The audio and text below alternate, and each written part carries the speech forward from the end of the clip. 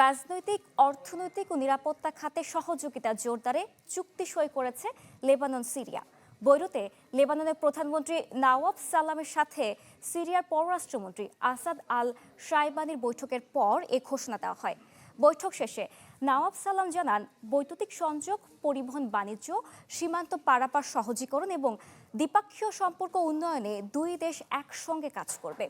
নতুন গঠিত কমিটি এসব ক্ষেত্রে সহযোগিতা এগিয়ে নিতে সমন্বয়কের ভূমিকা পালন করবে।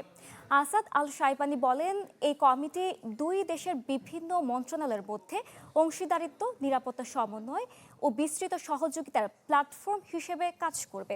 আরও বলেন, সিরিয়া লেবাননের স্থিতিশীলতার পক্ষে এবং অতীতের নেতিবাচক সম্পর্কের অধ্যায় পেছনে ফেলে নতুনভাবে এগিয়ে যেতে চায়।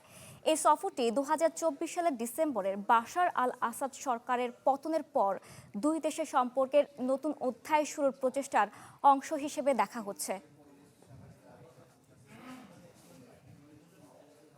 নগদ নিয়ে এলো হার না মানা হার অফার।